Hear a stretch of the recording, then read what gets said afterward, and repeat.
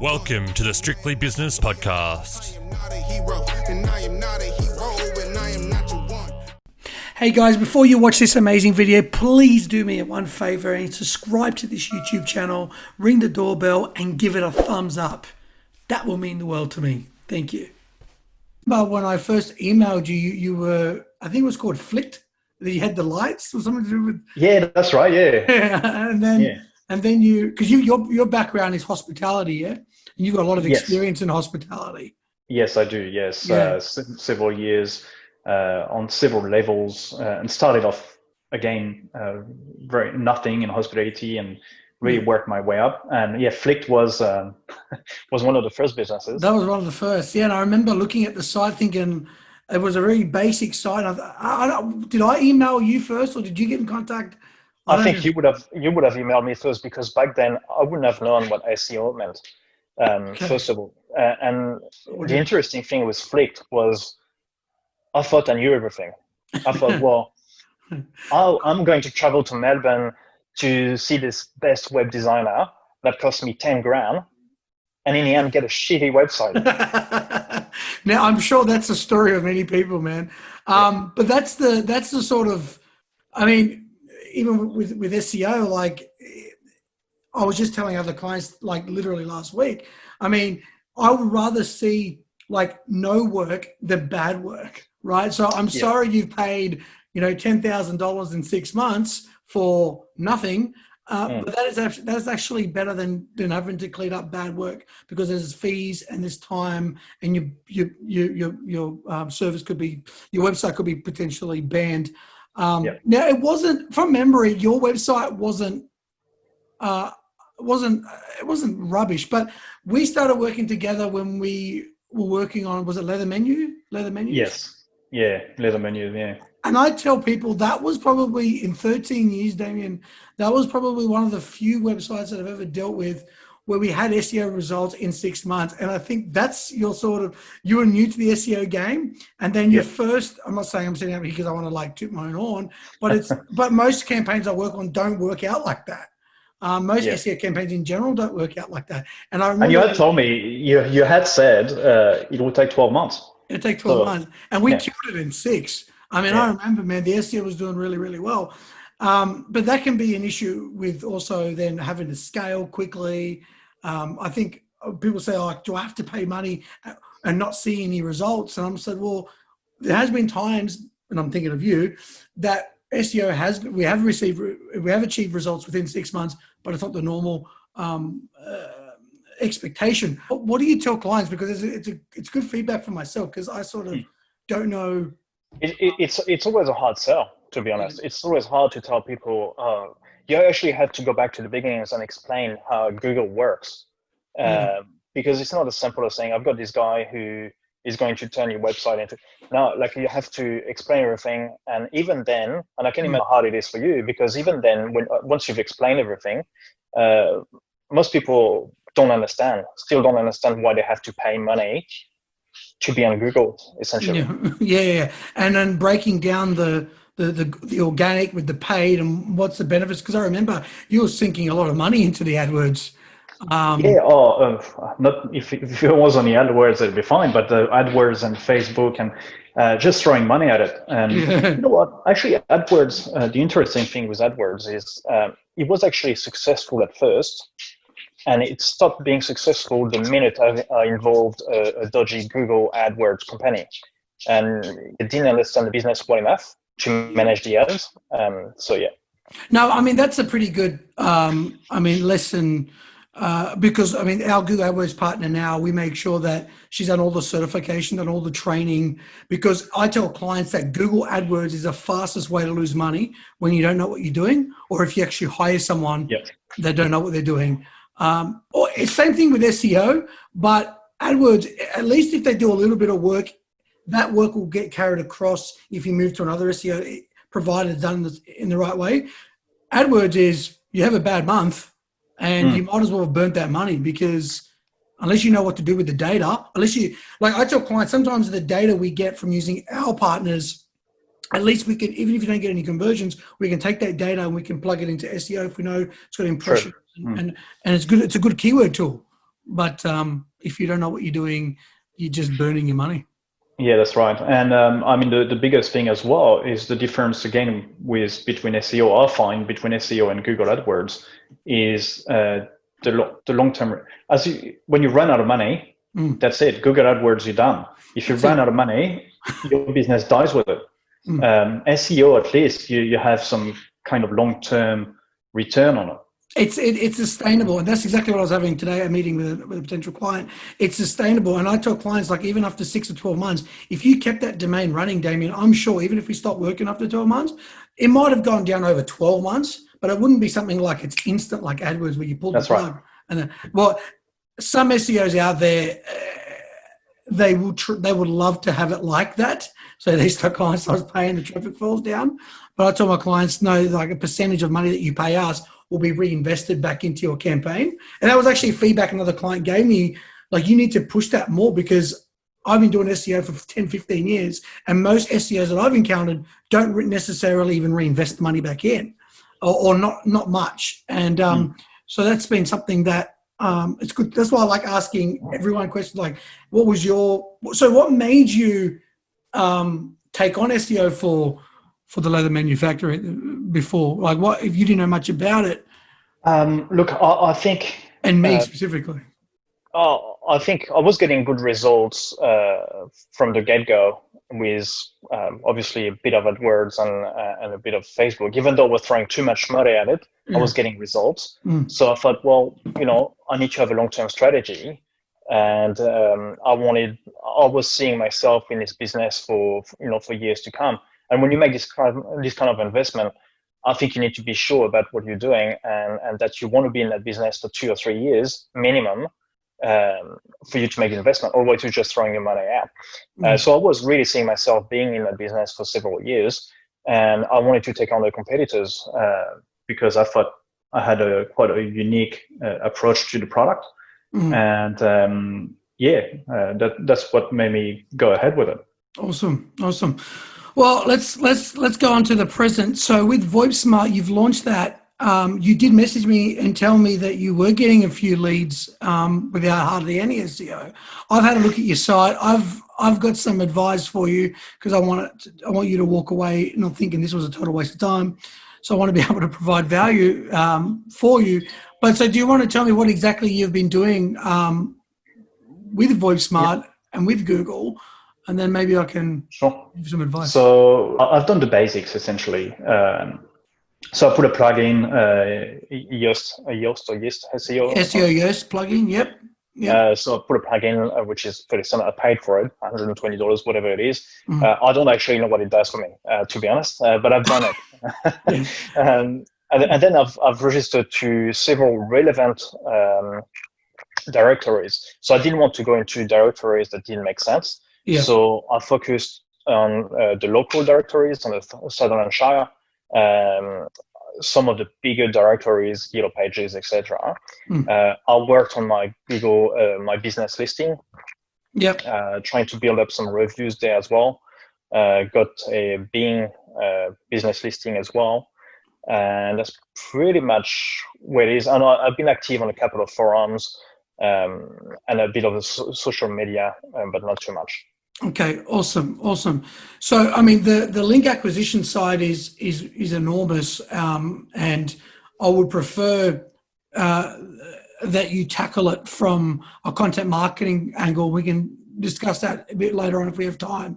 But just some of the things that I've noticed, like I know you've got features, you got pricing, and you've noticed you've got the anchors, you've got the hashtag just before the word features, and then after the / that are basically anchors on a page. So when you click on them, it's the same page at moving in different parts of that page.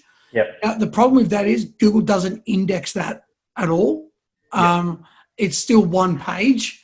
So what I would recommend when I quickly looked over the site is that features, pricing, how it works, guarantee, and I think contact, I would actually have any on unique pages. So stripping out the word, the hashtag, and actually building new pages, because ultimately the objective here is to create more content, and that will help you create more visibility. And I know it's more work because you've got like one homepage right now with features, call recording, voicemail to email. I would actually not only have a features page with all those icons and all those different features, but I would also break them up in those into individual pages. So it would be like features / that just scared the crap out of me. Features / call - recording, features / voicemail to email, features / voice - menu. And so I would definitely do that. I think that's like 12 different categories. Yeah. And I guess the mistake I've made is when I first started this website, I wanted to do it on the budget. And doing it on the budget meant, okay, I'll do it on one page. And then I kept adding on to it instead of creating new pages. And you're totally right. Now it's going to be more work to actually get it back to where it's supposed to be. Yeah. And look, it doesn't mean because you built your site on WordPress, so it's not the end of the world. It can easily be changed. You could even leave the homepage as it is. Maybe just strip out the features and then move that, or you might include like 4 of the main features and then, click here to view more features. And then the features page would show all of them. And then from the features page, you would have all the other sub pages linking out to it. And then even in the sub menu, in your top navigation, you might have a drop down menu with all the different features and opening up to a page with more images, a bit more content. Because, to be honest with you, mate, like I didn't even know you did. I actually had to email you. I didn't even know about that. I could block calls on my other business, Monday to Friday, 9 to 5, and then block other calls. I didn't know anything like that, like all I knew is with this stuff, you get your own number and maybe you could forward and route, but I didn't know you could block times and maybe other people. The features are just, they are as good or nearly as good as what you would get from big companies. When you call big companies and, the callback feature and so on, we have it all. Yeah. And I think that is what I would start rebuilding the foundation of your site. So stripping out the anchors, the hashtags, building unique pages, building the subcategories. I would also do then is probably add in a blog feature. And I have I've been researching for you before the call, a few different ideas. I've already emailed you some. Thank you. Yeah. And there's also like content ideas, like for the blog, what is VoIP? What is VoIP phone? How does VoIP work? What does VoIP stand for? And how can VoIP over Wi-Fi help save money? These are questions that your target market are asking for. They're very generic VoIP-based content. I would definitely start creating that content. Obviously, you might say to yourself, this is the common objective that the common issue clients tell us is that there's only so much I can write, or it's already been rewritten before and it's all been done before.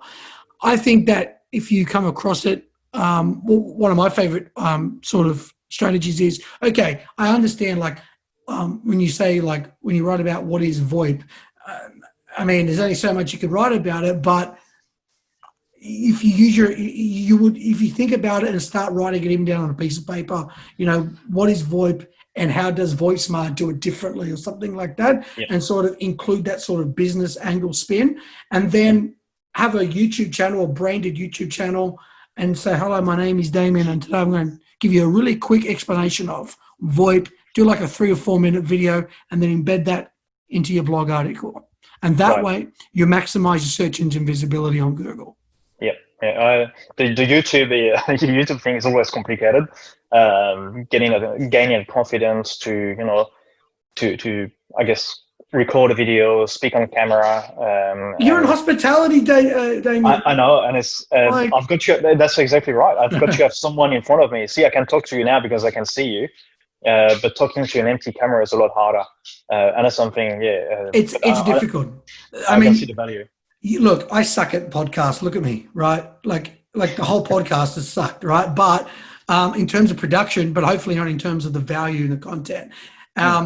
look, even if you create a video on YouTube that doesn't even include yourself and just gets into more of an explanation type video, you can pay people on Fiverr to do that for you and give them the script. But I definitely think that having a face of the company, something like this in VoIP, there isn't too many faces. Like I like IINet when they use that guy.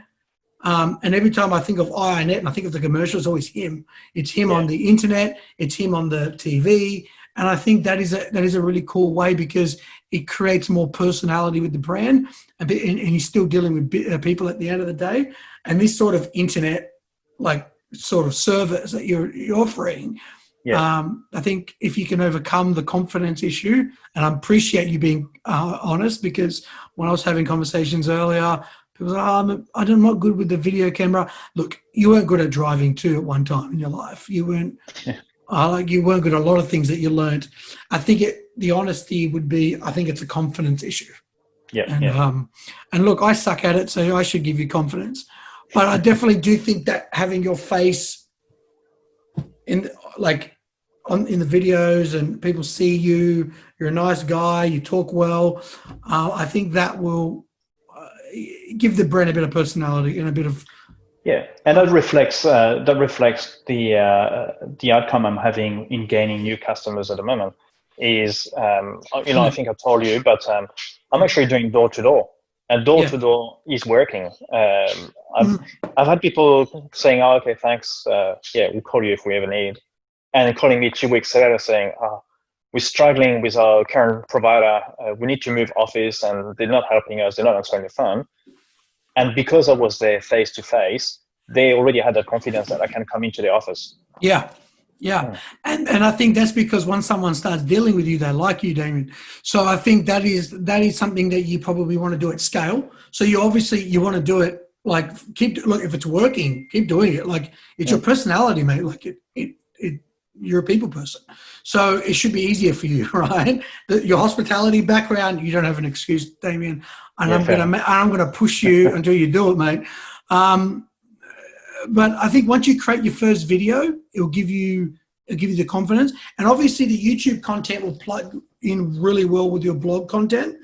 And then you can look at Facebook and Instagram in a little bit different, a little bit more lighthearted.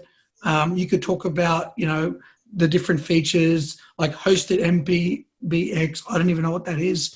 And I avoid using these terms. And again, if you compare to my competitors, their website will be, and when you talk to you over the phone, I've had that before when I first learned about VoIP and I first set up VoIP system.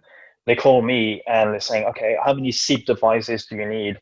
And is it hosted PBX or MPBX? I'm like, what is it talking about? And my business is built with the understanding that businesses don't know what this means. And there's no point putting it all over the website. This one I've added on because I'm thinking, well, perhaps if someone knows what they're talking about, they will see it. But I don't like using complicated terms throughout the website. Yeah, and I think that would be a part of the blog too. Like, what is hosted MPBX? I mean, this would be. Sorry, man, my phone's going crazy. That would be a legit question to include on the blog, because if I don't know what these terms are and you're educating me, you're improving brand and trust and credibility. So do you want them to learn what that is with your competitor, or do you want them to learn it through VoIP Smart? Fair enough. And I think with Bing Lee, when I was working with them, I had this in 2010. I remember telling the CEO, like, when we create a blog strategy at the time, it was, what is the difference between LED and LCD TV? Once grandma or whoever lands on that web page, we've just helped them learn something. So we've broken down sales barriers. I mean, if you're selling a TV that I can buy from JB, Harvey Norman, one of the best ways you're going to do it is to provide the best service and to provide the better experiences.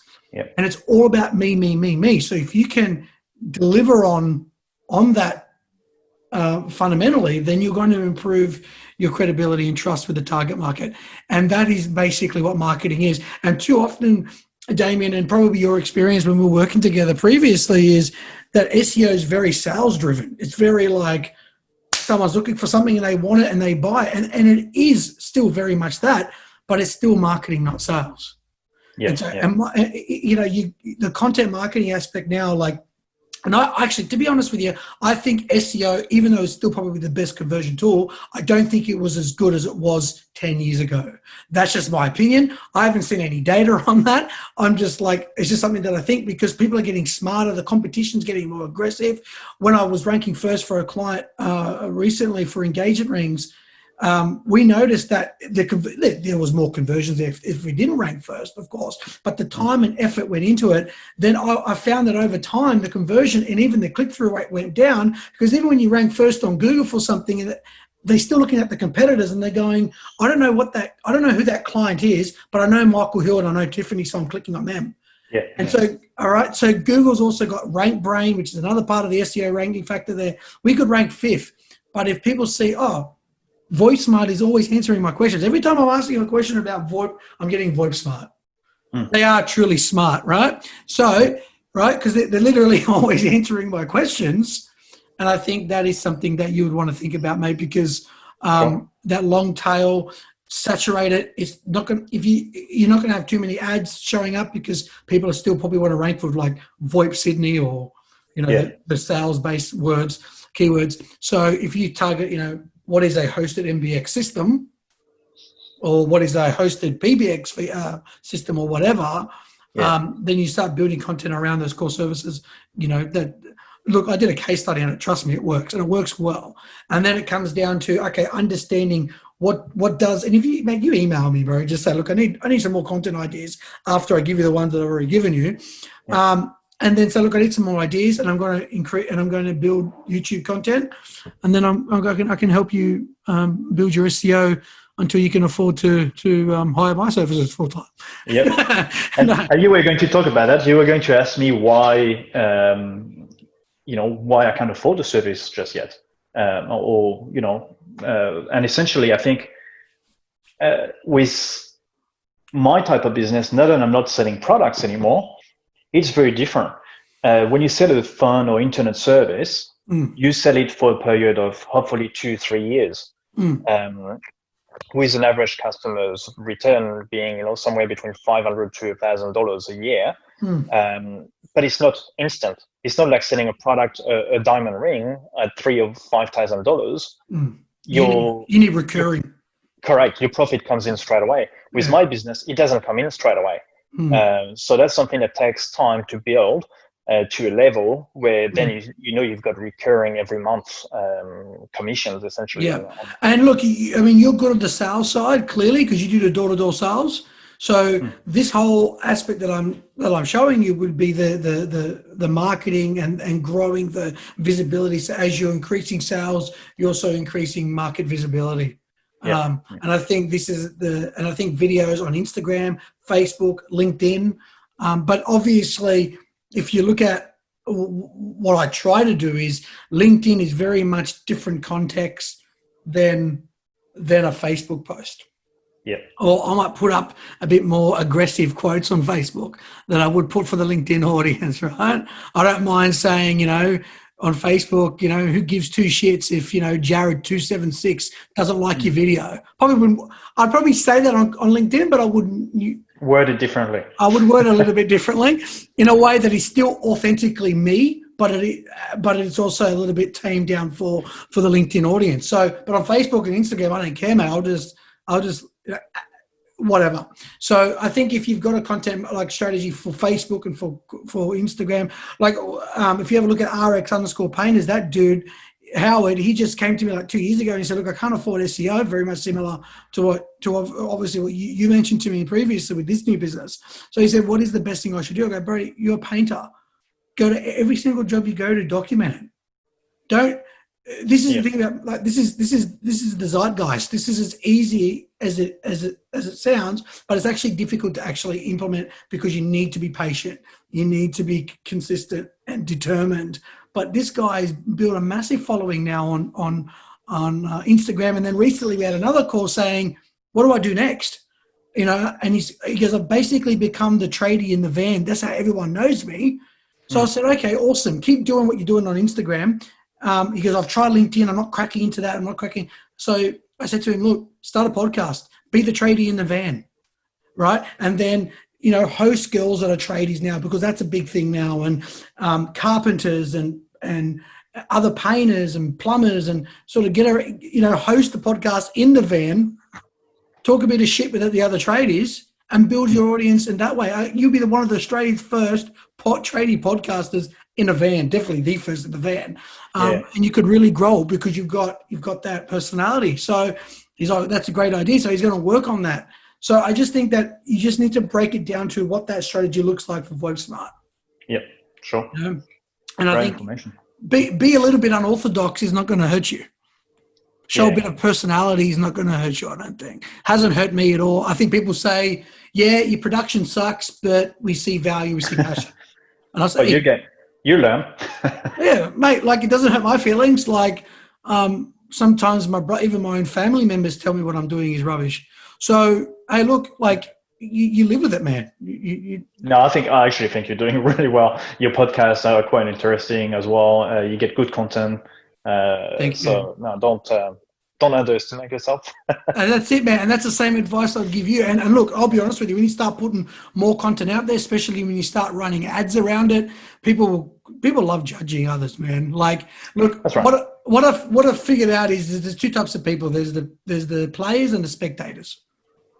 As soon as you become a player, you're gonna get feedback from the spectators. I'm not too concerned about it. I would be focusing on what I've been telling you to do, focusing on diversifying in social media.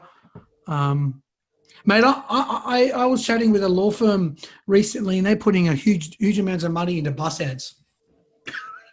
Yeah. No, I actually used that. I've been looking at a couple of bus ads and actually contacted clients from bus ads, because when you put an ad on a bus, how do you track conversion? No, you don't, unless you change the number or you put That's what I've been doing. I've contacted them and say, how are you tracking conversion on your bus ads? I can create a number for you and print a report just on this number. You're trying to target businesses to keep ranking on buses, and I'm trying to get them to pull ad spend from buses. But I haven't had any success. But yeah, but that's a very good idea, mate. And I probably should tell you who they are after the call.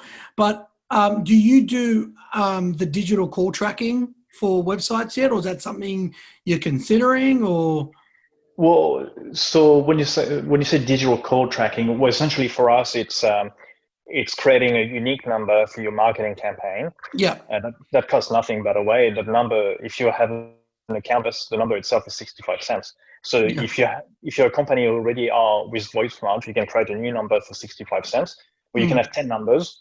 On your flyer, you have one number. On your business card, you have another one, etc., etc.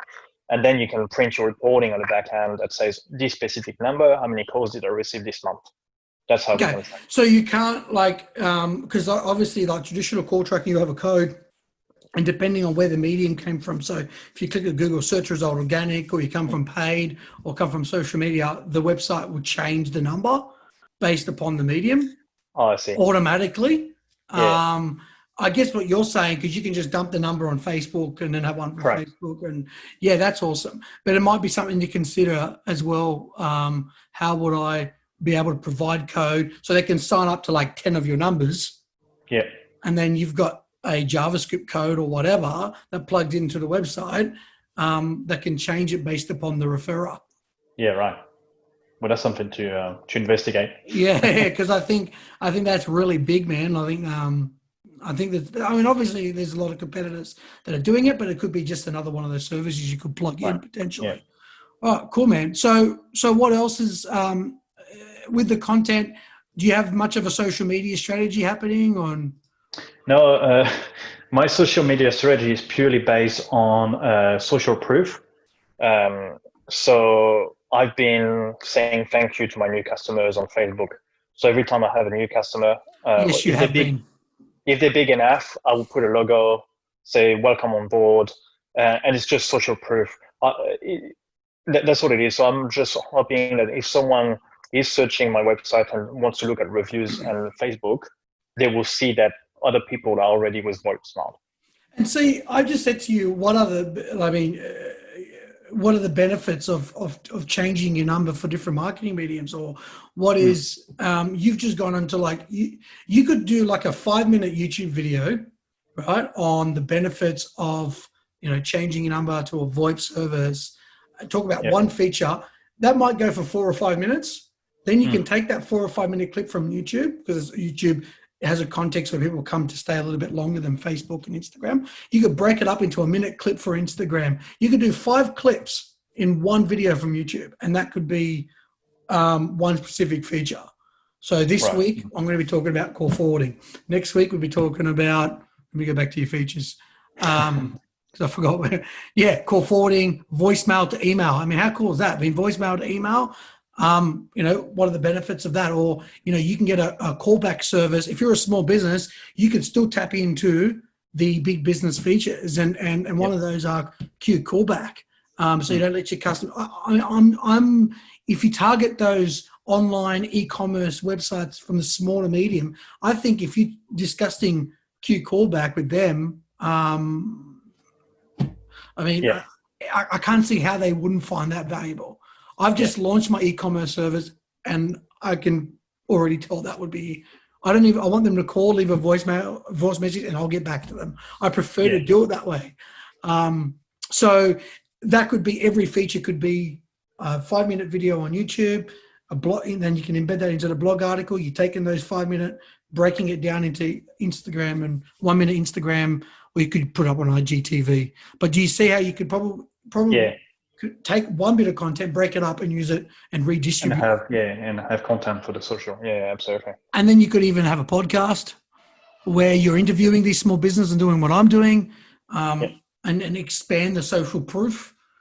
I'll be honest with you. I've been thinking about different content ideas for you outside of what SEO is what I do. It's for me. I can give you so much content your head would spin, but I'm just trying to also, I was thinking about it. What could Damien do on an Instagram to make it a little bit different and funny? Because some of your competitors, all they have is like pictures and images and just the phone and internet business is quite boring. You post pictures of phones, that's what I do, and it's like, there's no one nothing cares. interesting about it. No, you only care when you need to charge your phones. Yeah, exactly.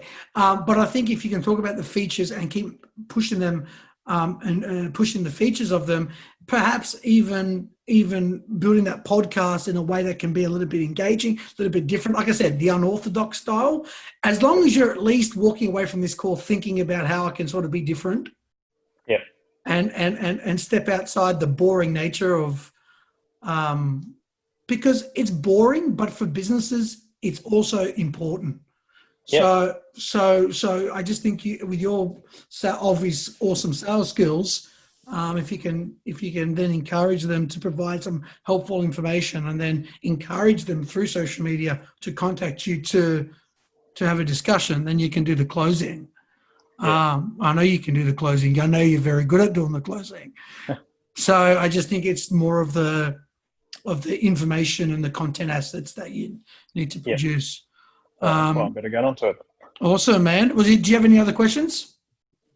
No, I mean, you've covered a lot, and that's great info. And I think sometimes it's just, even if I sort of knew what I had to do, I always need a bit of a boost. Someone telling me, okay, you've got to do it. And I think, I better start doing all of this. And I will kick you in the ass if that's what you're looking for. So I would think about, how do I have an audio presence? Because I think the podcast revolution is huge. And thinking about it, how can I make it interesting? I mean, even if you talk about, for now, the features, as I mentioned, for YouTube, and then plug it into an article, you could take that, convert it to audio, you start using that as a podcast and there's something called Anchor FM, which can distribute to Apple iTunes. It's going to be an interesting battle. You've got Apple, Amazon, and they're all going to do a little bit different than Google. I like Google's way personally, because it's going to help a lot more businesses, I think, rather than using Amazon, having to build skills. And I think with Google, it's all really pulling. If you've got a great long tail blogging strategy that I'm trying to push you to do, that will be a lot easier for you to merge into voice than it would be create a $100,000 skill on Amazon. Yeah, right. So cool. Well, mate, I'm going to keep following you. I'm going to stalk you. Thanks, Andrew. for all of the nice things you've done for me in the past with referrals and just being a good man. But I'm gonna be on your back as a good friend would be, mate, and just keep getting you to push for content, for videos. And look, I'll be honest with you, it's challenging. It's challenging because like what I do with jewelers or I do with hospitality, it's so much easier, right? Yeah. I mean, with a mutual client of ours in the past, I mean, it's food. I mean, if you can't get excited about food or about events, about dining in, heck, what can you get excited over, right? And there's plenty of content. Plenty of content. So I think if we can break through it together over time, and make this an interesting, at least attempt to be unorthodox, to be different, to be unique, to crack in. Like I mean, look at that meerkat with the with the insurance. Yeah. I mean, that was like compare the market or compare meerkats. That was a good way of sort of breaking down such a boring topic and to make it, comparing the market. I mean, that's probably even more boring than telephones, right? Yeah, probably. but they found a way, and that's what Howard want you to get off the call thinking about. So, Damien, thank you. Andrew, thanks so much for the opportunity. And I'm going to put all your details in the description on YouTube, so anyone who's looking for this particular service can contact you. Damien is your man for all things VoIP. Thank you so much, guys. Thanks, if you have Andrew. any questions, please let me know in the comment box below.